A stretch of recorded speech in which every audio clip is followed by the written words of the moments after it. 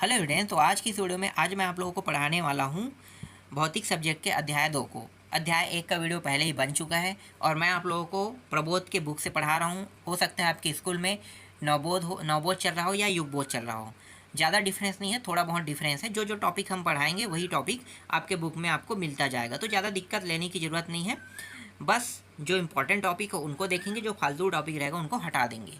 तो अध्याय 2 में दिया हुआ है इकाई एवं मापन दिया है, जिसे हम अंग्रेजी में क्या कहते हैं, यूनिट्स एंड मेजरमेंट्स बोलते हैं ना। अब यहाँ पे ये जो प्रस्तावना दी है इसको पढ़ने की जरूरत नहीं है, ये पूरा फालतू टॉपिक है, यहाँ से कोई प्रश्न बनते नहीं है। ये ऐसे ही बताने के लिए यहाँ पे बता दिया है कि हाँ भाई प्रस्तावना वाला होता है, जो ये टॉपिक के लिए हम ये करेंगे। तो ये इंपॉर्टेंट टॉपिक नहीं है, इसके बारे में थोड़ा बहुत जानकारी जो होगा आगे भी किसी टॉपिक के माध्यम से बता दूंगा, है ना। तो इनको आपको पढ़ने की आवश्यकता नहीं है, सीधा आते हैं जो इम्पॉर्टेंट टॉपिक है उसमें। तो इम्पॉर्टेंट टॉपिक है ये मापन की आवश्यकता, है ना। मापन की आवश्यकता क्यों होता है, तो मैं आपको पहले सिंपल और सरल शब्दों में बता देता हूँ, उसके बाद इसमें जो परिभाषा दिया है उसको मैं पढ़ के बताऊँगा ना। देखो, एक खंभा यहाँ पे और दूसरा खंभा मैं यहाँ पे लगा देता हूँ। अब इनके बीच की दूरी मुझे नापना है, तो मैं नापूंगा तो मैं एग्जैक्ट कैसे नाप पाऊँगा, ये मुझे बताओ। आप कहोगे टेप रख लो, है ना, वही तो कहोगे ना कि टेप रख लो और टेप से नाप लो। तो टेप से नापेंगे तो हमें ये आवश्यकता पड़ रहा है कि नहीं पड़ रहा है मापने की, पड़ रहा है। अब हमें एकदम फिक्स नापना है। जैसे कि 1 मीटर है तो 2 बार मैं 1 मीटर को मिलाऊंगा तो कितना बनेगा, 2 मीटर। वैसे ही नापेंगे ना। अगर मैं 3 बार 1 मीटर को मिलाऊंगा तो कितना मीटर बनेगा, 3 बार 3 मीटर बनेगा। 4 बार मिलाऊंगा तो 4 मीटर बनेगा। तो हमें एकदम बराबर बराबर हिस्सा में चाहिए हर 1 मीटर को। 1 से 2 जाने पर बराबर हिस्सा, 2 से 3 जाने पर बराबर हिस्सा, 3 से 4 जाने पर बराबर हिस्सा। तो इन बराबर बराबर हिस्सों में मापेंगे तभी हम एग्जैक्ट माप पाएंगे। इसीलिए हमें मापने की आवश्यकता होता है ना। मापने की आवश्यकता क्यों होता है, समझ में आ गया। बराबर बराबर हिस्सों में रहेगा तभी हम एग्जैक्ट माप पाएंगे, और एग्जैक्ट मापने के लिए हमें मापन की आवश्यकता होता है ना। अब मापन क्या क्या हो सकते हैं। अब मापन हम ये नहीं कहेंगे, भौतिक राशि कहेंगे उसे, है ना। तो भौतिक राशि क्या क्या हो सकते हैं, तो एक तो आपका लंबाई, है ना, लंबाई जिसे हम टेप से नापते हैं। समय, घड़ी जो है, घड़ी में देखना हर एक घंटे का टाइम बराबर है ना। 1 घंटा 12 से 1 जाने पर फिर 1 घंटे का समय कब होगा, जब 1 से 2 पे जाने पर फिर 1 घंटा आगे बढ़ेगा 2 से 3 पर जाने पर, मतलब बराबर बराबर हिस्सा है ना। सेकंड का भी बराबर बराबर हिस्सा है, मिनट का भी बराबर बराबर हिस्सा है। इसी तरह द्रव्यमान, मतलब ये केजी, किलोग्राम, है ना। अगर हम किसी चीज़ को खरीदते हैं तो 1 किलो सामान खरीदते हैं तो एक बार 1 किलो का बार चढ़ाएंगे। 2 किलो सामान खरीदते हैं तो 2 बार हम 1 किलो का बार चढ़ाएंगे, है ना। 3 किलो खरीदते हैं तो 3 बार 1 किलो का बार चढ़ाएंगे। तो बराबर बराबर हिस्सों में कट रहा है कि नहीं, कट रहा है ना। तो इसीलिए हमें किसी चीज़ को मापने के लिए, समय देखने के लिए, लंबाई मतलब दूरी नापने के लिए हमें मापने की आवश्यकता है, और इसके लिए हमें भौतिक राशि की आवश्यकता है। अब यहाँ पे भौतिक राशि की परिभाषा दिया हुआ है, इनको भी देख लेते हैं, है ना। तो भौतिक राशि क्या होता है, तो भौतिक राशि होता है वे सभी राशियाँ जिनके पदों में भौतिकों या भौतिकी के नियमों को व्यक्त किया जाता है, जिनका मापन किया जा सकता है, भौतिक राशि या भौतिक राशियाँ कहलाती हैं। अभी मैंने बताया ना क्या क्या है, लंबाई, समय, द्रव्यमान, यहाँ पे वेग, त्वरण, ये सब के सब क्या है, भौतिक राशि है। अब इसमें यहाँ पे जो टॉपिक दिया और ना उसको देखने की जरूरत नहीं है, पूरा फालतू है, मैंने पहले ही आपको समझा दिया। बस इतना ही आपको जानना है। क्लियर हुआ ये टॉपिक, आगे बढ़ते हैं। जो एकदम इम्पॉर्टेंट है और मस्त टॉपिक है ना, मैं उन्हीं को आपको पढ़ाऊँगा, जो एग्ज़ाम में आता है और एग्ज़ाम लायक है, और अच्छे से आप उसके बारे में डिटेल से भी लिख सको, ऐसा भी मैं आपको बताऊँगा ना। जो नेक्स्ट टॉपिक है हमारा वो है मापन के मात्रक। मापन के कितने मात्रक होते हैं इसको भी देखेंगे इस वीडियो में। तो मेरे हिसाब से मापन के 2 मात्रक होते हैं, वो आगे मैं बताऊंगा। यहाँ पे कुछ लिखा है, इनको देख लेते हैं, ठीक है। मात्रक किसे कहते हैं पहले ये जान लेते हैं, ठीक है। मात्रक किसे कहते हैं, तो किसी भौतिक राशि के मापन के मापन के लिए निर्देश मानक को उस राशि का या उस भौतिक राशि का क्या कहते हैं, मात्रक कहते हैं। निर्देश मानक, इसका मतलब क्या है, निर्देश मानक, भाई निर्देश मानक मतलब जो टेप है वो निर्देश मानक है, उसमें हर में देखना बराबर हिस्सा है। निर्देश मानक का मतलब आपको समझ में आ रहा है। टेप जो है वो निर्देश मानक से बनाया गया है, हर में बराबर। किलोग्राम मतलब जो बाट है वो भी एकदम निर्देश मानक है। और आपका जो घड़ी है ना, घड़ी भी निर्देश मानक है।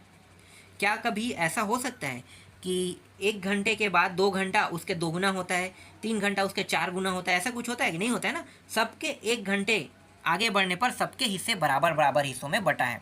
इसी को हम क्या कहते हैं? निर्देश मानक कहते हैं। समझ में आ गया? निर्देश मानक। अब निर्देश मानक के बाद थोड़ा सा यहाँ पे देख लेते हैं।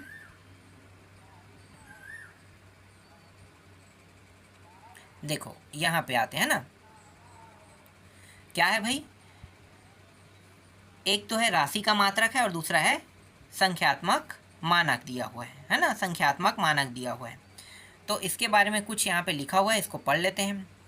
तो भौतिक राशि, किसी भौतिक राशि का संख्यात्मक मान वह संख्या है जो यह बतलाती है कि उस राशि में उसका मात्रक कितनी बार सम्मिलित है, कितनी बार सम्मिलित है ये बताता है। ठीक है, उदाहरण के लिए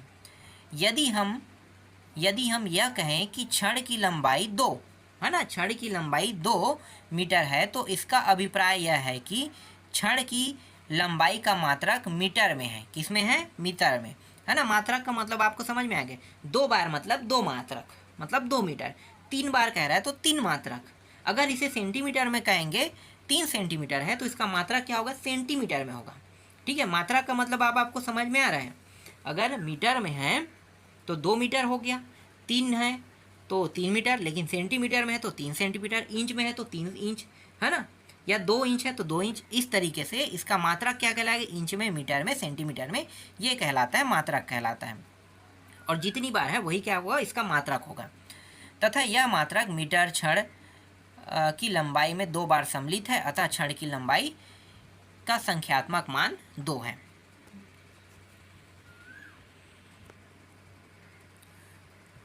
और यहाँ पे देखने लायक इतना इम्पोर्टेंट टॉपिक तो नहीं है, फिर भी यहाँ पे जो टॉपिक दे इनको पढ़ लेते हैं, क्योंकि इसमें कुछ इम्पोर्टेंट तथ्य छुपा हुआ है।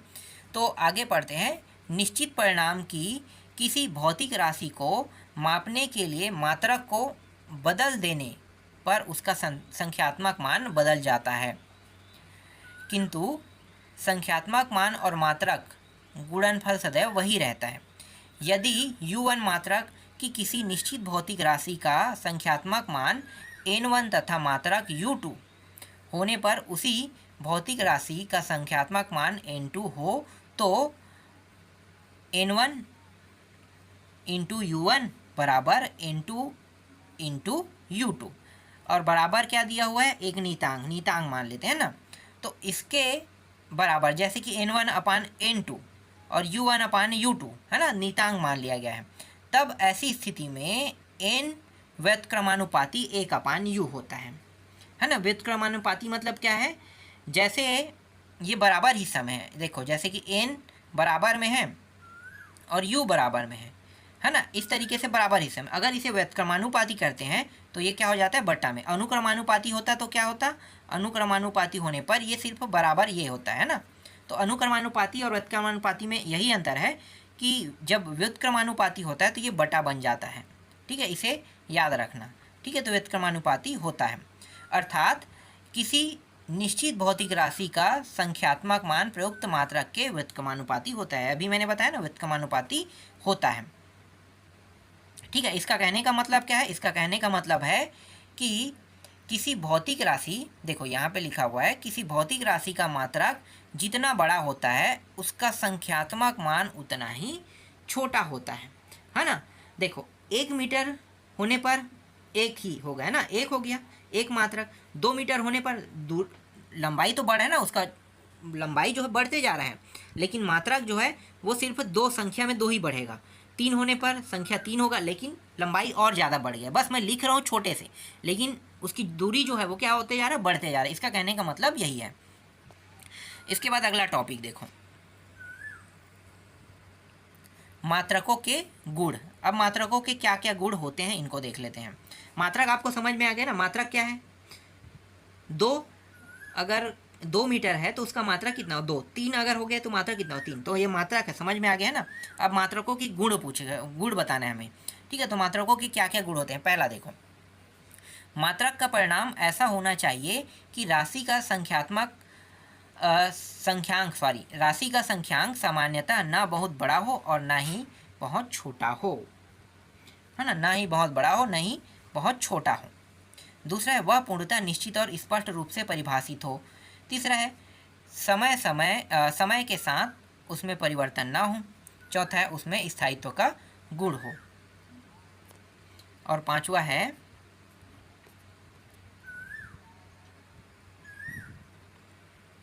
भौतिक राशि के अन्य मात्रकों से तुलना संभव हो, अर्थात उसका उसी भौतिक राशि के अन्य मात्रकों में परिवर्तन सहज हो। छठवा है वह सर्वमान्य हो। सातवां है वह सभी स्थानों में आसानी से पुनरुत्पादित हो सके। और सातवां है भौतिक अवस्था जैसे ताप दाब के बदल जाने पर भी उसमें कोई परिवर्तन ना हो। क्लियर हुआ यह टॉपिक। इसके बाद देखो अगला जो है मूल राशि और व्युत्पन्न राशि में अंतर, या फिर हम ये कह सकते हैं कि मूल राशि और व्युत्पन्न राशि के बारे में पढ़ेंगे, बाद में देखेंगे, क्योंकि यहाँ पे अभी अंतर तो नहीं बताया है, तो अंतर बाद में देख लेंगे। पहले मूल राशि क्या होते हैं और व्युत्पन्न राशि क्या होता है ये जान लेते हैं। तो देखो सबसे पहले हम जानेंगे मूल राशि। मूल राशि, चलो पहले मैं आपको बता देता हूँ ना, जो राशि एक दूसरे से पूर्णतः स्वतंत्र रहती है उसे हम मूल राशि कहते हैं। पूर्णतः स्वतंत्र मतलब ये किसी के अंदर में नहीं आता है, इसे हम क्या कहेंगे, मूल राशि कहेंगे। जैसे कि यहाँ पे लंबाई है, द्रव्यमान है, समय है, ताप है, ज्योति तीव्रता है, विद्युत धारा है और पदार्थ की मात्रा है। इनको याद रखना है ना, 7 होते हैं, आपको पता है ना मूल राशि कितनी होती है, 7 होती है। तो 7 होते हैं, 7 को याद रखना है कि लंबाई, द्रव्यमान, समय, ताप, ज्योति तीव्रता, विद्युत धारा, पदार्थ की मात्रा। ठीक। और व्युत्पन्न राशि क्या होता है? व्युत्पन्न राशि होता है जो इसी से उत्पन्न हो, जो मूल राशि है उससे उत्पन्न हो, उसी को हम क्या कहते हैं, व्युत्पन्न राशि कहते हैं। तो मूल राशियों से व्युत्पन्न की जा सकती है, उन्हें हम क्या कहते हैं, व्युत्पन्न राशि कहते हैं। जैसे कि देखो क्षेत्रफल है ना, उदाहरण के लिए क्षेत्रफल, क्षेत्रफल क्या है, व्युत्पन्न राशि। कैसे व्युत्पन्न हो रहा है, इसमें देखो लंबाई और चौड़ाई दो हिस्सों को गुणा कर रहे हैं, तो क्या हो रहा है, लंबाई का वर्ग। तो लंबाई से लंबाई का वर्ग बना है और ये क्या कहलाएगा, क्षेत्रफल कहलाएगा, है ना, क्षेत्रफल कहलाएगा। तो लंबाई का वर्ग हो रहा है, मतलब लंबाई से उसका वर्ग बन गया, तो क्या हो गया, व्युत्पन्न हुआ ना। लंबाई से ये पैदा हुआ है, किससे पैदा हुआ है, लंबाई से। तो लंबाई से पैदा होके ये लंबाई का वर्ग बन गया, और लंबाई के वर्ग को हम क्या कहते हैं, क्षेत्रफल कहते हैं। गणित की भाषा में हम क्या कहते हैं, क्षेत्रफल कहते हैं। लंबाई और चौड़ाई को अगर आप अलग अलग समझ रहे तो अलग अलग नहीं, सिर्फ नाम हम अलग अलग लेते हैं। लंबाई और चौड़ाई, ऊंचाई, गहराई, ये चारों एक ही है। अगर हम नापते हैं एक टेप से एक बाउंड्री वाल को, तो हम उसे लंबाई कहेंगे, उसी को हम पूरे के पूरे को चौड़ाई भी कह सकते हैं, उसी को हम ऊंचाई भी कह सकते हैं, उसी को हम गहराई कहें। बस इसको हम बोलते इसलिए अलग अलग है क्योंकि ये नीचे की ओर जाता है तो हम गहराई बोल देते हैं, गड्ढा खोदते हैं, तो ऊपर की ओर जाने पर इसे गहराई ऊंचाई बोल देते हैं, है ना। बस नाम में थोड़ा सा अंतर है, बाकी काम इनका एक ही है, टेप से नापने का। तो अगर आप इसे अलग अलग समझ रहे हैं तो अलग अलग आपको नहीं समझना है। लंबाई, चौड़ाई, गहराई और ऊंचाई टेप से ही नापा जाता है और ये सभी के सभी एक ही हैं। बस दिशा के कारण हम इसको लंबाई कहते, किसी को लंबाई बोल देते हैं, किसी को चौड़ाई बोल देते हैं, नीचे की ओर जाने पर गहराई बोलते हैं, ऊपर की ओर जाने पर ऊंचाई बोलते हैं। बस यही अंतर है ना। बस दिशा डायरेक्शन का ही अंतर है, ये समझो। ये क्लियर हुआ। एक है इसी तरीके से, देखो चाल दिया हुआ है ना। चाल भी क्या है, व्युत्पन्न राशि है। ये कैसे व्युत्पन्न राशि हुआ, तो इसको भी देख लो। दूरी और समय, है ना, दूरी लंबाई को बोलते हैं, है ना, और समय, समय जो है टाइम से संबंधित है ना, समय। तो देखो लंबाई गुणित, यहाँ पे देख सकते हो लंबाई गुणित समय -1 दिया हुआ है। मतलब ये क्या है, नीचे में था इसलिए ऊपर में उसके क्या लगा है, -1 लगा हुआ है ना, घात जो है -1 है। तो इसीलिए देखो यहाँ पे किसका जिक्र हुआ है, लंबाई का जिक्र हुआ है और समय का जिक्र हुआ है, तो इसलिए क्या है, ये भी एक व्युत्पन्न राशि रहेगा, है ना। मूल मात्रक 7 होते हैं, अगर 7 के अलावा अगर उससे मिलता जुलता आ रहा है तो वो समझो कि वो व्युत्पन्न राशि रहेगा। अगला टॉपिक देखो, मूल मात्रक और व्युत्पन्न मात्रक के बारे में कह रहा है। अब ये मात्रक है ना, राशि नहीं है, मूल मात्रक और व्युत्पन्न मात्रक कह रहा है। तो मूल मात्रक क्या होते हैं, तो मूल मात्रक उन मात्रकों को जो एक दूसरे से पूर्णतः स्वतंत्र होते हैं, अर्थात एक दूसरे से व्युत्पन्न नहीं की जा सकते, उसे हम क्या कहते हैं, मूल मात्रा कहते हैं। ये भी मूल राशि जैसा ही है ना, मूल राशि भी यही काम करता है और व्युत्पन्न राशि भी यही काम करता है। इसमें और कोई इंपॉर्टेंट तथ्य नहीं है, तो हम इनको छोड़ देंगे, सीधा आ जाते हैं यहाँ पे। ठीक है, और व्युत्पन्न मात्रक क्या होता है? जो मात्रक मूल मात्रकों से प्राप्त की जाती है उसे व्युत्पन्न मात्रक कहते हैं। सेम टू सेम, राशि और मात्रक में कोई डिफरेंस नहीं है, जो मैंने बताया वही यहाँ पे भी हो रहा है ना। तो मूल मात्रक और व्युत्पन्न मात्रक और मूल राशि और व्युत्पन्न राशि एक जैसे ही दोनों के परिभाषा। तो ज़्यादा हम डिटेल से नहीं देखेंगे, जब हम मूल राशि को समझ गए हैं तो हम मूल मात्रक को भी समझ गए हैं, यही समझो। ठीक है, अब मूल मात्रक और व्युत्पन्न मात्रक में यहाँ पे अंतर कह रहा है, तो आपको तो पता चल गया होगा कि क्या अंतर है। पहला तो उसके परिभाषा में अंतर है, मूल राशि के मात्रक को मूल मात्रक कहते हैं ना, मूल राशि के मात्रक को मूल मात्रक और व्युत्पन्न राशि के मात्रक को व्युत्पन्न मात्रक कहते हैं, है ना। मूल मात्रक स्वतंत्र होते हैं और जो व्युत्पन्न मात्रक है वो मूल मात्रक पर निर्भर रहते हैं। ये दूसरा टॉपिक हो गया, आप ऐसे भी कह सकते हो ना। तीसरा क्या है, ऐसे पद्धति में 7 मूल मात्रक होते हैं, मैंने 7 मूल मात्रक के बारे में बताया था ना, और 2 पूरक मात्रक। ठीक है, पूरक मात्रक जो आगे आने वाले वक्त में ये भी मूल मात्रक के साथ जुड़ सकता है, इसलिए इसे अभी पूरक मात्रक के रूप में रखा गया है। और व्युत्पन्न मात्रकों की संख्या सीमित नहीं है, भाई बहुत सारे हैं जो मूल मात्रकों से पैदा हुए हैं, इसलिए व्युत्पन्न मात्रकों की संख्या सीमित नहीं है। ठीक है, क्लियर हुआ। अब मूल मात्रकों की पद्धति देख लेते हैं, बहुत इंपॉर्टेंट टॉपिक है। मूल मात्रक की पद्धति कितनी होती हैं, तो कुछ पद्धति 4-5 है, उनको देख लेते हैं ना। एक तो है CGS पद्धति, इससे बहुत प्रश्न आते हैं। CGS में बताओ, MKS में बताओ, FPS में बताओ। अगर इस तरीके से प्रश्न पूछता है तो आपको बताना होगा उसमें, है ना। तो अभी हम इनको देख लेते हैं। CGS में क्या होता है, CGS का पूरा नाम क्या होता है, सेंटीमीटर ग्राम सेकेंड होता है। क्या होता है CGS का full form, centimetre gram second होता है, और सेंटीमीटर ग्राम सेकेंड पद्धति है। इस पद्धति में लंबाई का मात्रक सेंटीमीटर में होता है ना। जितना भी हम नापेंगे वो पूरा का पूरा, CGS का मतलब समझो कि सेंटीमीटर में हम नापेंगे, तो जितना हम नापेंगे वो सब के सब क्या होगा, जो टेप से नापेंगे वो सेंटीमीटर में ही नापेंगे। समझ में आ गया। द्रव्यमान का मात्रक ग्राम में, और द्रव्यमान जो वजन वाला चीज़ होता है, वजन, उसको हम सबको ग्राम में मापेंगे। जैसे 1 किलो को 1000 ग्राम बोल देंगे, CGS का पद्धति में नापेंगे तब की बात है ना।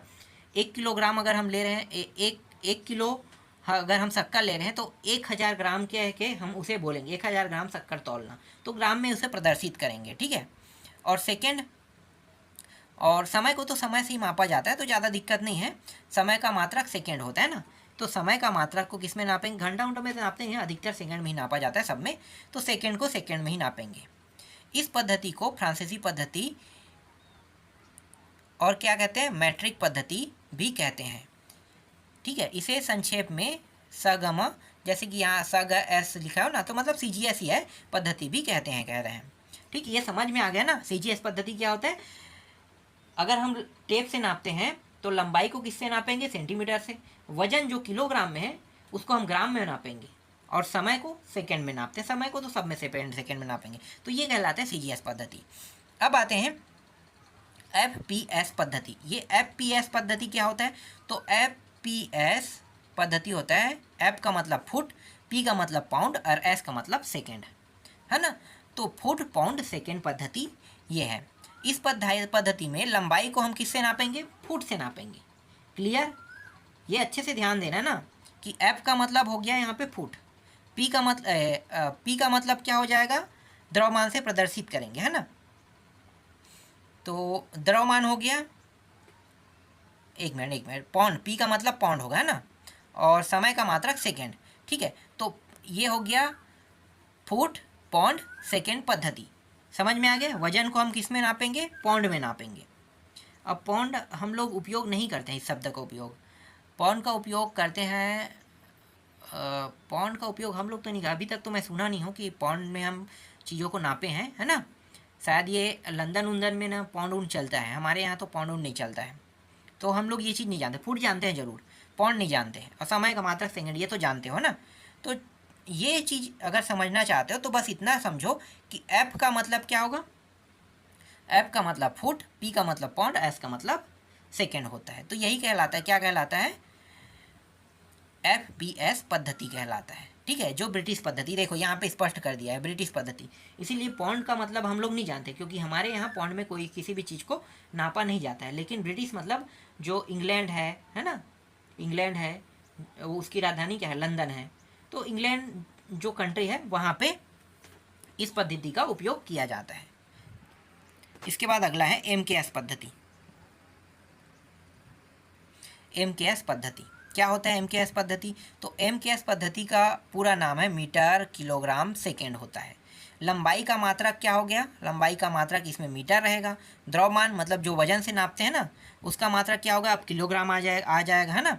और समय का मात्रक सेकेंड रहेगा। इसे संक्षेप में MKS, जिसे म का स कहा गया ना, पद्धति भी कहते हैं। वास्तव में यह पद्धति CGS पद्धति का ही एक बड़ा रूप है, बिल्कुल बड़ा रूप है। समझ में आ गया ना। सेंटीमीटर को, अगर सेंटीमीटर का ऊपर क्या आता है? मीटर आता है। तो इसलिए MKS पद्धति का उपयोग हम CGS पद्धति के जगह में MKS का उपयोग कर सकते हैं। ठीक है, क्लियर है ना ये पद्धति। इसके बाद देखो अगला है SI पद्धति। ये SI पद्धति क्या होता है? ये अंतर्राष्ट्रीय मानक है ना, अंतर्राष्ट्रीय मानक को हम SI पद्धति कह देते हैं। तो चलो देखते हैं कि क्या कह रहा है SI पद्धति। तो यह मात्रकों की एक अंतर्राष्ट्रीय पद्धति है जिसे हम SI, फ्रांसीसी नाम है ना, फ्रांसीसी नाम का संक्षिप्त रूप है। फ्रांसीसी नाम के संक्षिप्त रूप क्या है? ली सिस्टम इंटरनेशनल, डी यूनिट भी इसका क्या है? संक्षिप्त रूप है ना। और यह पद्धति MKS पद्धति का परिवर्धित रूप है। अब जो 7 मूल मात्रक है ना और 2 पूरक मात्रक है, उनको अब हम इसमें जान लेते हैं ना, 7 और 2। तो देखो 7 कौन कौन से? एक तो है लंबाई, दूसरा है द्रव्यमान, तीसरा है समय, चौथा है ताप, पांचवा है विद्युत धारा, छठवा है ज्योति तीव्रता और सातवां है पदार्थ की मात्रा। और इनको दर्शाया किस किस से जाता है ये भी देखना है। लंबाई को मीटर से, है ना, लंबाई को मीटर से, और संकेत क्या है? एम है। द्रव्यमान को किलोग्राम से, और इसका जो संकेत है वो केजी है। समय का सेकेंड, और इसका जो संकेत है वो एस है। ताप को हम केल्विन से प्रदर्शित करते हैं और इसका संकेत के है। विद्युत धारा को एम्पियर से प्रदर्शित करते हैं और इसका संकेत जो है वो ए है। ज्योति तीव्रता को कैंडेला बोलते हैं और इसको CD से प्रदर्शित करते हैं। इसका संकेत जो है ना, पदार्थ की मात्रा मोल, और मोल को MOL बस लिखते हैं। तो ये प्रदर्शित हो जाएगा कि ये संकेत जो है, अगर आपको देखने को मिलता है कहीं पे, तो आपको समझ जाना है कि इनका मतलब क्या होता है। पूरक मात्रक, अब 2 पूरक मात्रक है। पहला है रेडियन और दूसरा है स्टेरेडियन, है ना। तो ये पूरक है। रेड से इसे प्रदर्शित करेंगे, इसके संकेत को इसके SR से प्रदर्शित करेंगे। अब यहाँ पे नोट में कुछ टॉपिक दिया हुआ है, मुझे तो इतना इम्पोर्टेंट टॉपिक नहीं लगा है। चलो देख लेते हैं, होगा इम्पोर्टेंट तो इसको जानेंगे, नहीं होगा तो इसको छोड़ देंगे, है ना। तो पहला टॉपिक देखो क्या है। मात्रकों के संकेतों को अंग्रेजी वर्णमाला के छोटे अक्षरों में लिखा जाता है, जैसे कि मीटर के लिए M, किलोग्राम के लिए KG इत्यादि। किंतु यदि मात्रा किसी वैज्ञानिक नाम पर रखा गया है तो संकेत को बड़े अक्षरों में लिया जाता है। जैसे कि वैज्ञानिक नाम से है ना, तो एम्पियर को A, केल्विन को K से। ठीक है, अच्छा टॉपिक है, ज़्यादा महत्वपूर्ण तो नहीं है, लेकिन वैज्ञानिक नामों के कारण उनके अक्षरों को स्मॉल की जगह बिग में रखा जाता है ना। दूसरा क्या है? संकेतों को हमेशा एक वचन के रूप में लिखा जाता है, बहुवचन के रूप में नहीं। जैसे 10M का मतलब क्या है? M का मतलब मीटर, है ना। 20 kg का मतलब क्या है? किलोग्राम लिखना चाहिए। और अगर 10 ms है या 20 kgs है तो ऐसा हमें नहीं लिखना है। ठीक है, हम इसे कभी भी S लगा के नहीं लिखेंगे। देख लो, दोनों में S लगा है, S लगा के नहीं लिखना है कह रहा है। इसके बाद देखो तीसरा टॉपिक, मात्रकों के संकेतों के आगे कोई विराम चिन्ह नहीं लगाया जाता है, विराम चिन्ह नहीं लगाया जाता है। ठीक है, जैसे कि यहाँ पे बताया गया, यदि किसी वस्तु की लंबाई 4 मीटर है तो उसे 4 मीटर लिखा जाता है। 4 मीटर, है ना, तो 4M रहेगा, न कि 4M। देखो ये दोनों सटा के रहेगा, दोनों में गैप दे दिया है ना। यहाँ पे थोड़ा सा मिस्टेक हो गया, ये वाला जो है सटा के है और ये वाला थोड़ा गैप है, तो गैप देके नहीं लिखना है बोल रहा है। ये एक साथ ऐसे लिखना है 4M। ठीक है, यहाँ पे गैप नहीं होना चाहिए, ये यही कहना चाह रहा है। ठीक है, यहाँ पे गैप नहीं होना चाहिए। जैसे क्या होता है 4 ऐसे एम, तो ऐसा नहीं लिखना है, ऐसा आपको नहीं लिखना है। आपको कैसे लिखना है, ऐसा लिखना है, ये कहना चाह रहा है। ये स्पष्टीकरण नहीं कर पाया है, इसलिए मैं यहाँ पे आपको बता रहा हूँ। इसके बाद देखो चौथा टॉपिक, मात्रकों का पूरा नाम अंग्रेजी में लिखते समय समस्त अक्षर छोटे अक्षर होने चाहिए, छोटे अक्षर, है ना। लेकिन जो 2 है उसको बड़ा लिखा गया है। क्यों लिखा गया है आपको पता चल गया, क्योंकि वो वैज्ञानिक के नाम पे रखा गया है। और जो वैज्ञानिक के नाम पर नहीं है उनको हमेशा किस पे लिखा जाएगा, छोटे अक्षरों पे। तो यहाँ पे देखो, हमें लंबाई का मात्रक मीटर में लिखना चाहिए, तो बड़े अक्षर एम लगा के नहीं लिखना है, छोटे अक्षर ही एम लगा के लिखना है ना। इसी तरह विद्युत धारा का मात्रक एम्पियर लिखना चाहिए, तो यहाँ पे क्या है, एम्पियर नहीं कह रहा है, ठीक, छोटे में लिखना। अगर पूरा वर्ड आप लिख रहे हो तो पूरा वर्ड को आपको किस में लिखना है, आगे के अक्षर छोटे ही होना चाहिए कह रहा है। लेकिन जब संकेत का जिक्र होगा तो संकेत में बड़े में सिर्फ 2 को लिखा जाएगा, संकेत की बात कर रहे हैं ना। अगर उसका पूरा नाम लिखोगे तो आपको स्मॉल अक्षर में ही लिखना है, ये कह रहा है। इसके बाद देखो पांचवा, जब भी मोल का प्रयोग करें तो उसके मूल तत्व जैसे कि परमाणु, अणु, आयन, इलेक्ट्रॉन आदि कणों का विशेष रूप से उल्लेख किया जाना चाहिए। तो ये इस तरीके से आपको करना है। तो आज की वीडियो में बस इतना ही, बाकी जो बचा टॉपिक है उसको मैं आपको नेक्स्ट वीडियो में बताऊंगा।